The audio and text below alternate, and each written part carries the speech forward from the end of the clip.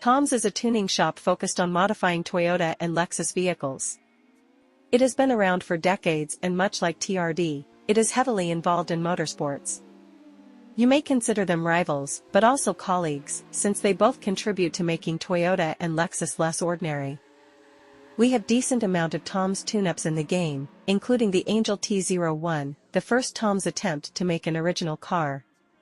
The one I decided to bring forward today is the T020, based on the SW20 MR2. Some people may confuse it with the TRD 2000 GT because they both come in white, have very similar power and weight values, and are built on the same model generation. But the T020's bodywork isn't that distinctive. Despite having its own bumper and side skirt design, the car looks very similar to the standard SW20. The parts that make the greatest impact are the air scoop mounted behind the driver and the rear light grille.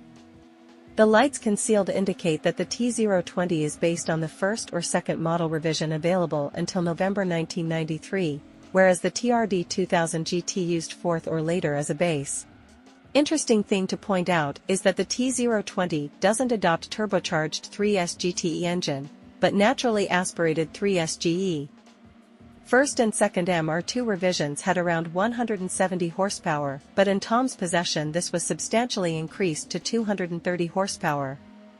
That makes it comparable to any SW20 out there, and potentially more competitive in certain situations since it won't be troubled by things that don't exist, like turbo lag. So how does it stack up against the top model, the 1998 GTS? Pretty good. First time trying to match GTS's average run, I not only managed to catch it, but beat it by few hundreds of milliseconds. That was pretty awesome, considering that the T020, while very powerful, has slightly less power and less torque than the GTS. This depends a lot on the track itself, how much speedy sections it has, and so on, but there are a couple of them where the T020 should race neck and neck. You can also expect differences in handling. The GTS is prone to swaying the rear end if you carry enough speed into a corner. Either by braking or closing the throttle, whatever you prefer more. The motion is usually progressive and allows for better positioning on the apex.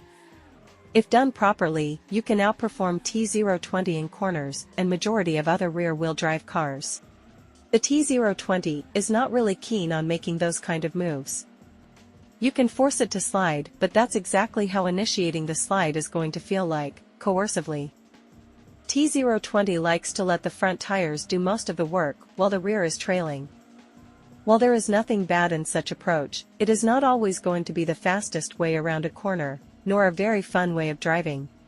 Both cars cope with understeer well, it is just that the SW20 is more efficient in neutralizing it since it has a way to put less burden on the front tires. On the other hand, that extra stability pays off on bumpy tracks. T020 is more stable going over crests. The rear end will skip a little bit, but won't start sliding after it lands on the ground. This does happen with the SW20, and the driver often has to make little corrections on the wheel to prevent loss of stability. T020's rear axle is also more resistant to strong forces acting during high-speed maneuvering. Tom's knew there was room for improving the stability of the SW20, and they did a good job. Part of it may not be what I would personally prefer, but I did expect trade-off to some degree on a midship car, so what I got on the T020 isn't that big of a deal. What bugs me more is the nature of a hardly tuned naturally aspirated machine, such as T020's. This engine delivers its best at the very high end of the revving zone, much like the Honda S2000 or any other car with similar engineering. If 240 horsepower is what you want, you'll get it at 7,000 RPM. The power burst lasts for a short time because you need to shift pretty much immediately, and then you're at lower revs again with lower power. It has enough torque to pull you out of a corner at lower speeds, but at higher speeds acceleration is going to suffer. The only way to address this is to install a closer gearbox. The GTS isn't any better, though it does have closer gear ratio by default and that helps it a bit. Overall, I think the T020 is an interesting car. Some people may get drawn in by the looks of the rear lights. Others will love it because of the powerful engine that has no turbocharger, and I have to admit, this was the main reason why I wanted to cover this car today. We don't get that often a midship car with naturally aspirated engine that isn't too advanced for drivers to handle. I found the T020 suitable for beginners, even when it is fully tuned up. I used to have both the GTS and TRD 2000 GT in tuned form, and I recall them being tougher to drive fast. That's all for today. Share your thought down below if you like, and see you on a track. If not, then in another video.